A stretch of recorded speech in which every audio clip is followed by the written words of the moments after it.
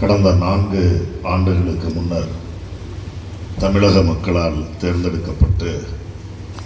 தேர்ந்தெடுக்கப்பட்ட மக்களுடைய நம்பிக்கையை வீண்போக செய்து விடாமல் அந்த நம்பிக்கையை பூர்த்தி செய்கின்ற, கொடுத்த வாக்குறுதிகளை நிறைவேற்றுகின்ற ஒரு முதலமைச்சராக மாநிலத்தின் வளர்ச்சியை அனைத்து துறைகளிலும் சிறப்பாக முன்னெடுத்து சென்று இந்திய துணைக்கண்டத்தில் இன்றைக்கு தலை சிறந்த முதலமைச்சர், நம்பர் 1 முதலமைச்சர் நம்முடைய முதலமைச்சரான தளபதி அவர்கள் என்று பாராட்டினை பெற்றிருக்கின்ற இந்த நிலையில் பல்வேறு துறைகளும் வளர்ச்சி சிறப்பாக எட்டியிருக்கிறது.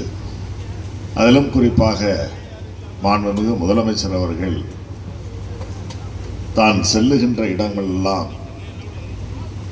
2 துறைகளுடைய, எல்லா துறைகளுடைய வளர்ச்சியிலும் அக்கறையுள்ள முதலமைச்சராக இருக்கக்கூடியவர் 2 துறைகளை எனது 2 கண்களுக்கு சமம் என்று குறிப்பிட்டு சொல்வார்கள். அதிலே முதலாக சொல்வது இந்த கல்வி, அந்த கல்வியை தொடர்ந்து சுகாதாரம். ஆக அத்தகைய தன்னுடைய கண்ணுக்கு சமமாக கருதக்கூடிய, இணையாக முதலமைச்சர் அவர்கள் உச்சரிக்கின்ற துறை கல்வித்துறை. அந்த கல்வித்துறையில் உயர்கல்வி துறையின் சார்பில் மாண்புமிகு நம்முடைய முதலமைச்சர் அவர்கள் கடந்த மாதம், ஒரு மாதம் முன்னதாக தான் சட்டமன்றம் நடைபெற்ற நேரத்தில் அறிவிக்கப்பட்டு தமிழகத்தில் 11 புதிய அரசு கலைக்கல்லூரிகள் தொடங்கப்படும் என்று அறிவித்தார்கள். சரி, அறிவிக்கிறது இப்போ அறிவிக்கிறாங்க, இது ஒருவேளை அடுத்த ஆண்டுக்கு தான் அதனுடைய செயல்பாடுகள் தொடங்கும் என்று எதிர்பார்த்திருந்திருப்பார்கள். ஆனால் அறிவித்த உடனேயே அதை செயல்படுத்தி இன்று இந்த ஆண்டில் 1 மாத காலத்திற்குள்ளே இந்த கல்லூரி தொடங்குவதற்கான உத்தரவை வழங்கியது மட்டுமல்ல, அதனுடைய திறப்பு விழாவை தமிழகம் முழுவதும் 11 கல்லூரிகளுக்கான திறப்பு விழாவை சென்னை தலைமைச் செயலகத்திலிருந்து தொடங்கி வைத்திருக்கிறார்கள். அந்த வகையில் இன்று நம்முடைய மானாமதுரை சட்டமன்ற தொகுதியில் உள்ளடங்கிய செய்களத்தூர் ஊராட்சியில் ஏற்கனவே அமைந்திருக்கக்கூடிய இந்த தொழில்நுட்ப கல்லூரி வளாகத்தில் இன்று இந்த கல்லூரி தற்போது அமையப்பட்டிருக்கிறது. ஆக அத்தகைய அந்த கல்லூரியின் தொடக்கமாக இன்று நடைபெறுகின்ற இந்த நல்ல நிகழ்ச்சியில் முதலமைச்சர் அவர்கள் தொடர் நடத்திய அந்த திறப்பு விழாவை தொடர்ந்து நடைகின்ற இந்த நல்ல நிகழ்ச்சியில் தலைமையேற்று கருத்துக்களை சொல்லி அமர்ந்திருக்கக்கூடிய நம்முடைய மாவட்ட ஆட்சியர் திருமதி ஆசா அஜித் ஐஏஎஸ் அவர்களே, இன்றைய தினம் திறப்பு விழாவை கண்டிருக்கின்ற மானாமதுரை செய்களத்தூர் ஊராட்சியில் நடைபெறுகின்ற அரசு இருபால் கலைக்கல்லூரியினுடைய தொடக்க விழா நிகழ்ச்சியில் கலந்து கொண்டு உங்களையெல்லாம் சந்தித்து உங்களிடத்திலே உரையாற்றுகின்ற வாய்ப்பினை பெற்றமைக்காக நான் மட்டற்ற மகிழ்ச்சி அடைகிறேன். அத்தகைய ஒரு நல்ல வாய்ப்பினை உங்களுக்கும் எனக்கும் உருவாக்கி தந்திருக்கின்ற மாண்புமிகு முதலமைச்சர் அவர்களுக்கு, அதே போல இந்த தொகுதியினுடைய சட்டமன்ற உறுப்பினர்களுக்கும் சட்டமன்ற வாக்காளர் பெருமக்களுக்கும் என்னுடைய நெஞ்சார்ந்த நன்றியை நான் இங்கே தெரிவித்துக் கொள்ள கடமைப்பட்டிருக்கிறேன். நான் என்னுடைய பேச்சின் துவக்கத்தில் குறிப்பிட்டு சொன்னதைப் போல தமிழ்நாட்டில் கடந்த 4 ஆண்டுகளாக முதலமைச்சராக பொறுப்பேற்று இந்திய துணைக்கண்டத்திலே தலை சிறந்த முதலமைச்சராக தலை முன்னேறிய ஒரு மாநிலமாக தமிழகத்தை உருவெடுத்த முதலமைச்சர் அவர்களுடைய சாதனை பட்டியல் மகத்தான பட்டியல். இன்னும் சொல்ல போனால் ஒன்றிய அரசு நமக்கான நிதி பகிர்வுகளை முறையாக தரவில்லை என்றாலும் கூட அதையெல்லாம் தன்னுடைய நிர்வாக திறமையால் போராடி பெற வேண்டியதை போராடி பெற்று இன்றைக்கு தமிழகத்தை வழிநடத்துகின்றார். ஆக அப்படிப்பட்ட முதலமைச்சர் அவர்கள் கல்வித்துறைக்கு ஏராளமான சாதனைகளை நிகழ்த்தி இருக்கிறார் இந்த துறையில் என்றால் அது மிகையாகாது. ஏன்னா ஒரு நாடு வளர்ச்சி பெற்ற நாடாக, வல்லரசு நாடாக கருதப்பட வேண்டும் என்றால் எத்தனை வளங்கள் இருந்தாலும் எல்லா வளத்தையும் விட எந்த நாடு கல்வி வளம் நிரம்ப இருக்கிறதோ அந்த நாடுதான் முன்னேறிய ஒரு நாடாக கருதப்படும் என்பார். அந்த அடிப்படையில் வறுமை என்ற ஒரு கொடுமையான நோயை போக்குகின்ற ஒரு ஆயுதமாக கல்விதான் ஒரு மருந்தாக பயன்படும் என்பதை உணர்ந்த நம்முடைய முதலமைச்சர் அவர்கள் நலத்திட்ட உதவிகளை வழங்குவது மட்டுமல்ல, இதுபோன்ற தொலைநோக்கு பார்வையோடு சிந்தித்து ஒவ்வொரு குடும்பத்திற்கும் அந்த கல்வியை கொண்டு போய் சேர்க்க வேண்டும் என்ற உணர்வோடு செயல்படுகின்ற காரணத்தாலே தான் இன்றைக்கு இந்திய துணைக்கண்டத்தில் சராசரியாக உயர்கல்வி பெற்றவர்களுடைய அகில இந்திய சராசரி பார்த்தா 26%.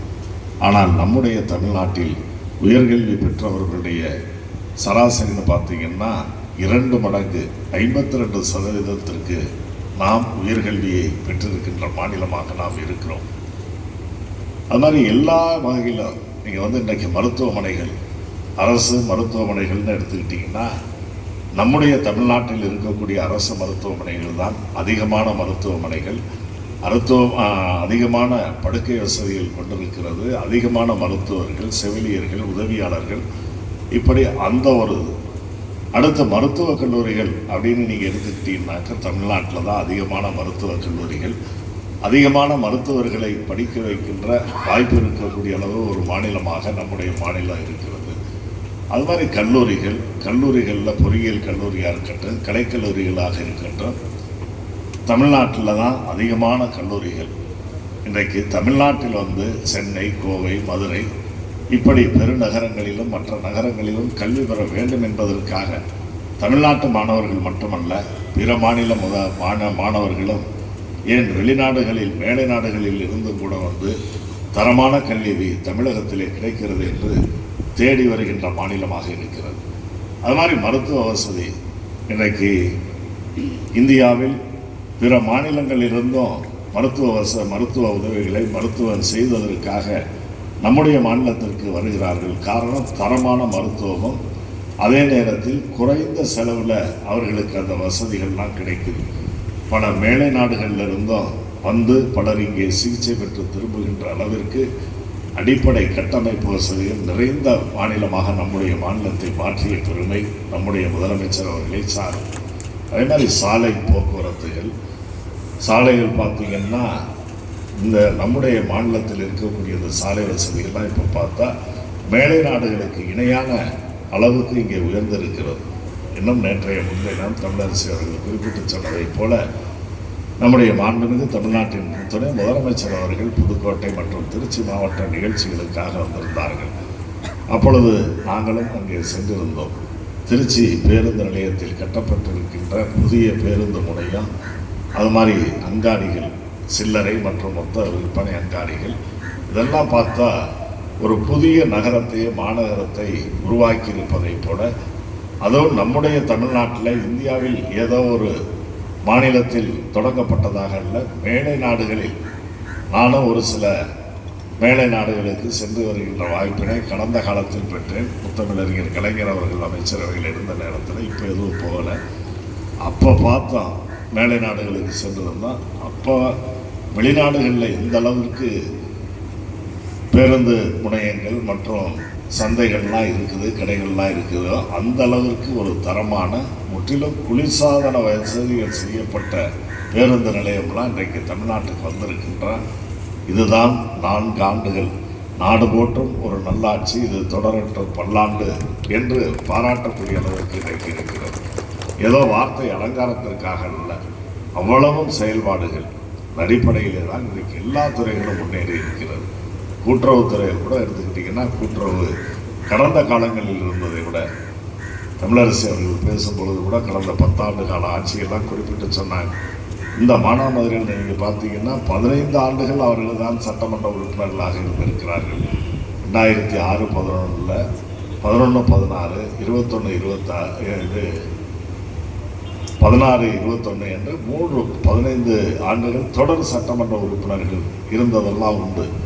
அது மாதிரி 10 ஆண்டு காலம் ஆட்சி பொறுப்பில் இருந்த நேரத்தில் அன்றைக்கு 2011 21 வரை விவசாய பெருங்குடி மக்களுடைய நலனுக்காக வழங்கப்பட்ட விவசாய கடன், அதெல்லாம் நீங்கள் பார்த்தீங்கன்னா ஆண்டு சராசரி 10 ஆண்டு காலத்தில் 60,000 கோடி ரூபாய் கிட்ட விவசாயிகளுக்கான கடன் வழங்கப்பட்டது.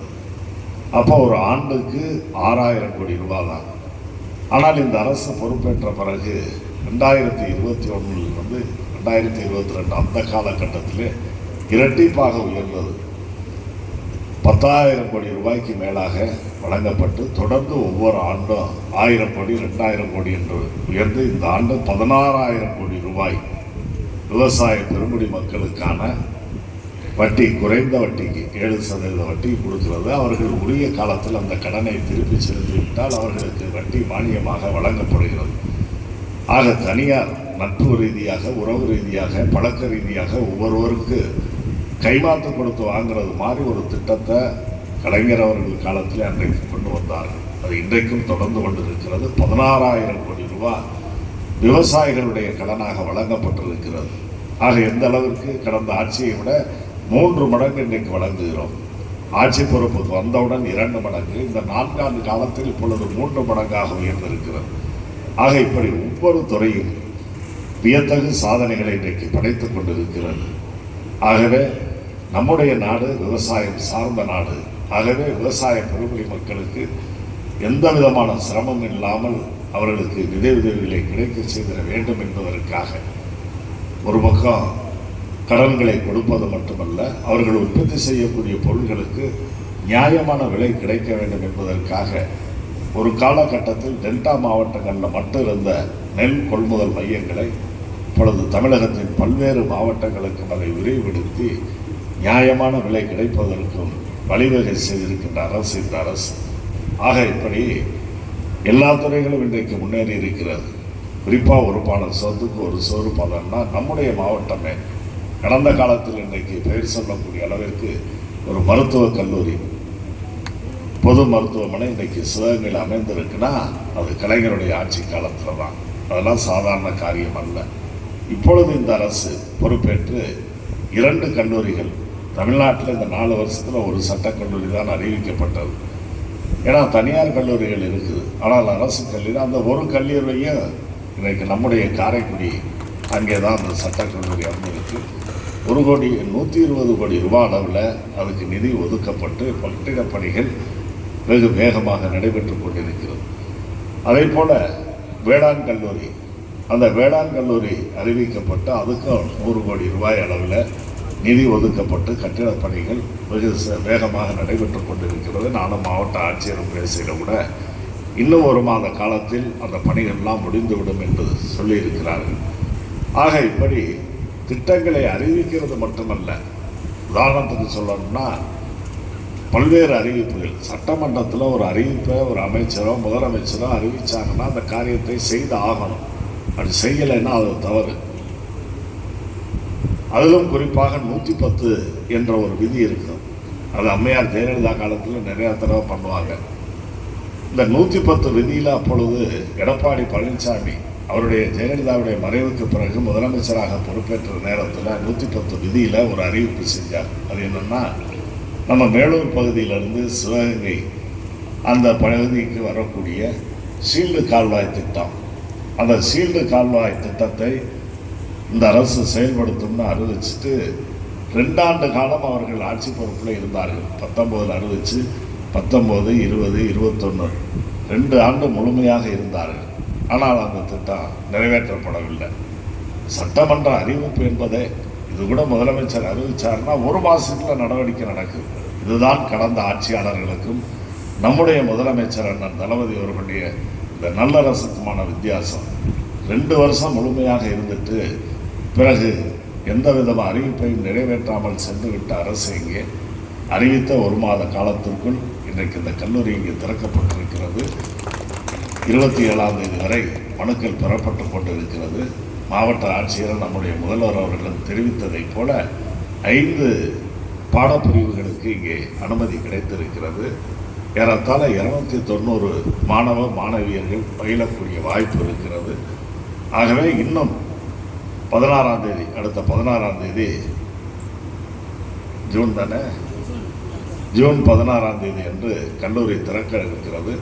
அதுக்குள்ள எல்லா பணிகளும் தேவையான அடிப்படை கட்டமைப்பு வசதிகள், இங்கே இருக்கிற வசதிகள் ஓரளவு போதுமானதாக இருக்கிறது. இன்னும் தேவைப்படுகின்ற வசதிகள், குறிப்பாக கழிப்பிட வசதிகள் போன்றவற்றை உருவாக்க வேண்டும், தண்ணீர் வசதியை உருவாக்க வேண்டும் என்பதையெல்லாம் நம்முடைய மாவட்ட ஆட்சியர் அவர்களுடைய முயற்சியில் போர்க்கால நடவடிக்கைகள் இங்கே மேற்கொள்ளப்பட்டு எல்லா வசதிகளும் செய்து தரப்படும் என்பதை சொல்கிறோம்.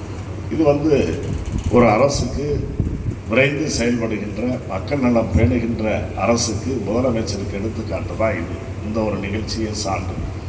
அடுத்து மாநிலம் முழுவதும் எத்தகைய வளர்ச்சி அப்படின்னு பார்த்தீங்கன்னா, இந்த மானாமதுரை தொகுதியே ஒரு சான்று என்பதை நான் இங்கே நினைவூட்ட கடமைப்பட்டிருக்கிறேன்.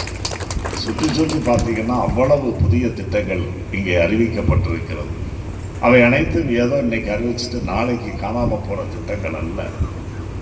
10 ஆண்டு காலம், 20 ஆண்டு காலம், 50 ஆண்டு காலம், 100 ஆண்டு காலங்கள் ஆனாலும் கூட அழியாத அளவிற்கு தொலைநோக்கு பார்வையோடு அறிவிக்கப்பட்டிருக்கின்ற திட்டங்கள்.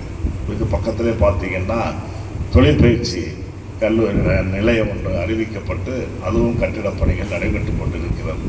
இன்று இந்த கல்லூரி, பாலங்கள், அதே போல சாராட்சியர் எல்லாவற்றையும் நம்முடைய சாதனை சட்டமன்ற உறுப்பினராக இருக்கின்ற நம்முடைய தமிழரசி அவர்கள் பட்டியலிட்டு அதிலும் குறிப்பாக இதெல்லாம் மானாமதுரைக்கு உள்ளதான்னு சொல்லியிருக்காங்க. அது மாதிரி இளையாங்குடியிலே இருக்குது, அது மாதிரி திருப்போணம் பகுதியிலே இருக்குன்னா, இந்த ஒரு தொகுதியில் இவ்வளவு காரியங்கள் நடந்திருக்குன்னா, இது மாதிரி நம்முடைய சிவகங்கை மாவட்டத்தில் 4 சட்டமன்ற தொகுதிகளிலேயும் எவ்வளவு பணிகள் நடந்திருக்கும், எவ்வளவு மக்கள் பயன்பெற்றிருப்பார்கள், எவ்வளவு கோடிக்கணக்கான நிதி ஒதுக்கப்பட்டிருக்கிறது, இதையெல்லாம் முதலமைச்சர் அவர்கள் எப்படி திட்டமிட்டு செய்கிறார்கள், அறிவிக்கிறார், உடனே செய்கிறார். ஆனால் கடந்த காலத்தில் அறிவித்தவர்கள் எதையுமே செய்யாமல் ஆட்சியை விட்டு சென்ற வரலாறுகளெல்லாம் இன்றைக்கு இருக்கிறது. ஆகவே அந்த வகையில் நம்முடைய மானாமதுரையும் அதை போல ஒட்டுமொத்த 4 சட்டமன்ற தொகுதியில் அடங்கிய சிவகங்கை மாவட்டத்தினுடைய வளர்ச்சி சிறப்பாக எல்லோரும் பாராட்டக்கூடிய அளவிற்கு இருக்கிறது என்றால் அது மிகையாகாது. அதிலும் குறிப்பாக தமிழரசு அவர்களை பொறுத்தவரையில் சட்டமன்றத்தில் ஏதாவது ஒரு வாய்ப்பு கிடைச்சிட்டா எனது மானாமதுரை சட்டமன்ற தொகுதிக்கு இது வேணும் அது வேணும்னு கேட்பதை என்றைக்கும் தவறியதில்லை. அவர் கேட்டது எதுவும் கிடைக்காமல் இருந்ததும் இல்லை. எல்லாவற்றுக்கும் மேலாக கீழடி மானாமதுரைக்கு மட்டுமல்ல தமிழ்நாட்டுக்கே பெருமை சேர்க்கின்ற ஒரு மிகப்பெரிய திட்டம் மானாமதுரையில் இது பகுதியில் கீழடி அகழ் ஆய்வு. அதை கூட ஒரு கட்டத்தில் கடந்த காலத்தில் ஆட்சியாளர்கள் இழுத்து மூடுறதுக்கு இருந்தாங்க. அதையெல்லாம் இப்பொழுது முதலமைச்சராக வந்திருக்கின்ற நம்முடைய முதலமைச்சர் அவர்கள் நேரடியாக பார்வையிட்டு பல கோடிக்கணக்கான நிதியெல்லாம் தொடர்ந்து அங்கே மியூசியம் கட்டி முடிக்கப்பட்டிருக்கிறது. நாளொன்றுக்கு குறைஞ்சது ஒரு 1000-1500 பேர் சராசரி நாளில் வர்றாங்க. விடுமுறை நாட்களில் 3000த்திற்கு மேற்பட்டோர் அங்கே வந்து சென்று நம்முடைய தமிழர் பண்பாட்டு நாகரிகம் கலாச்சாரத்தை அங்கே கண்டு வியந்து செல்லுகின்ற காட்சி நடைபெறுகிறது. இன்னும் தோண்டிய பகுதியில் அது ஒரு 15-20 கோடி, அது மதிப்பிடவே முடியாது என்று பொதுப்பணித்துறை அமைச்சரே சொல்லுகிறாங்க. அந்த அளவுக்கு 20 கோடி ரூபாய்க்கு மேலாக திறந்த அருங்காட்சியகம் பணிகள் அங்கே நடைபெற்று கொண்டிருக்கிறது. இன்னும் அங்கே மேம்பாலம் நடைபாதை, அதாவது கீழடியில் கூட பொதுமக்கள் இந்த பகுதியிலிருந்து அந்த பக்கம் போகிறதுக்கு ஒரு மேம்பாலம், அந்த இடத்துல பயணிகள் அதாவது பாதசாரிகள் கடந்து செல்லக்கூடிய ஒரு பால பணிகள் நடக்குது. இப்படி எண்ணற்ற பணிகள். அது மாதிரி வைகையை பாசன பகுதியாக கொண்டிருக்கின்ற இந்த பகுதி, பல்வேறு குடிநீர் திட்டங்கள் நடைபெறுகின்ற இந்த பகுதியில் நீராதாரத்தை பெருக்க வேண்டும் என்பதற்காக பல தடுப்பணைகள் உருவாக்கப்பட்டிருக்கிறது. அதெல்லாம் பலனை நான் சொல்லி நீங்கள் தெரிய வேண்டியதல்ல, அதை நீங்கள் கண்கூடாக கண்டு கொண்டிருக்கிறீர்கள். ஆக இப்படி இப்போ கூட திருப்போணத்தில் நீண்ட நாள் போராட்டம், மாவட்ட ஆட்சியர் நானும் பேசிக்கிட்டு இருந்தோம். தமிழரசியை குறிப்பிட்டு சொன்னார்கள். அண்ணன் தாவணாக்கினா காலத்திலிருந்து அது தொடர்ந்து எதிர்பார்க்கப்பட்ட ஒன்று, அதற்கான முயற்சியில் எடுக்கப்பட்டு இப்போ முடிஞ்சிருக்கு. வர்ற 30ஆம் தேதி 2,75,00,000 ரூபாய் மதிப்பிலான பேருந்து நிலையம் அங்கே அமைய இருக்கிறது.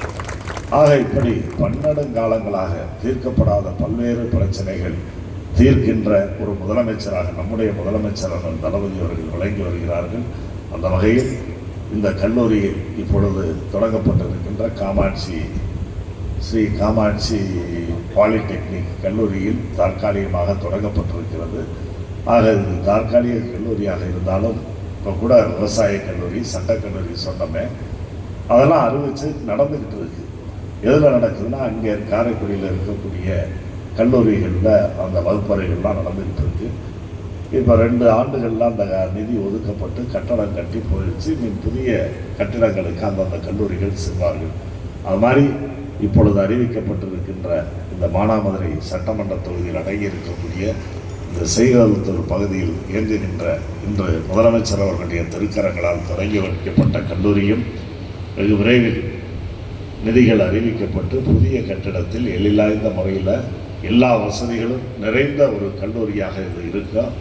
இந்த பகுதி மிகவும் பின்தங்கிய பகுதி, இது முன்னேற வேண்டும். கடந்த 15 ஆண்டு 20 ஆண்டு காலமாக புறக்கணிக்கப்பட்ட பகுதியாக இருந்த இந்த பகுதியை நம்முடைய முதலமைச்சர் அவர்கள் சிறப்பு கவனம் எடுத்து நிறைவேற்றி வருகிறார்கள் என்பதையும் தமிழரசி அவர்கள் குறிப்பிட்டு சொன்னதைப் போல பட்டியலின மக்கள் இருந்த காரணத்தாலேன்னு பத்திரிகைக்காரங்கள்லாம் இது முன்னேறாமல் இருந்துச்சுன்னு எழுதுகிறாங்கன்னா அவங்க எந்த யுகத்தில் எந்த இதில் இருக்கிறாங்கன்னு தெரியவில்லை. இந்த அரசை பொறுத்தவரையில் எல்லாருக்கும் எல்லாம் என்ற தத்துவத்தின் அடிப்படையில் எல்லா மக்களும் தனக்கு சமமாக கருதி அனைவருக்குமான முதலமைச்சராக நம்முடைய முதலமைச்சர் அவர்கள் இருக்கிறார்.